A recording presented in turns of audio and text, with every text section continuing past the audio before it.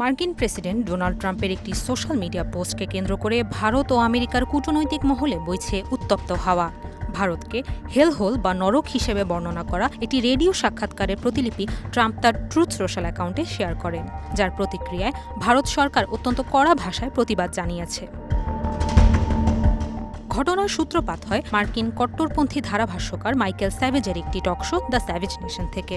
অনুষ্ঠানে তিনি জন্মসূত্রে মার্কিন নাগরিকত্ব বা বার্থরাইট সিটিজেনশিপ নিয়ে আক্রমণাত্মক কথা বলেন।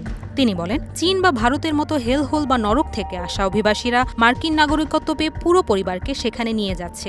স্যাভেজের দাবি, বর্তমান অভিবাসীদের আমেরিকার প্রতি কোনো আনুগত্য নেই এবং তারা ইউরোপীয় অভিবাসীদের মতো নয়। ট্রাম্প কোনো মন্তব্য ছাড়াই এই বক্তব্যের প্রতিলিপিটি নিজের সামাজিক মাধ্যম অ্যাকাউন্টে পোস্ট করেন।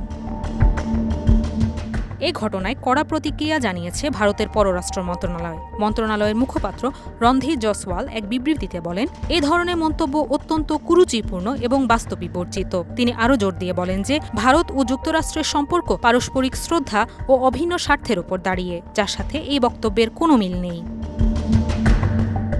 এদিকে ভারতের বিরোধী দল কংগ্রেসও একে চরম অপমানজনক এবং ভারত বিদ্বেষী আখ্যা দিয়ে প্রধানমন্ত্রী মোদীকে ট্রাম্পের কাছে সরাসরি প্রতিবাদ জানানোর দাবি তুলেছে। উমে ওয়াসেকা, দেশ রূপান্তর।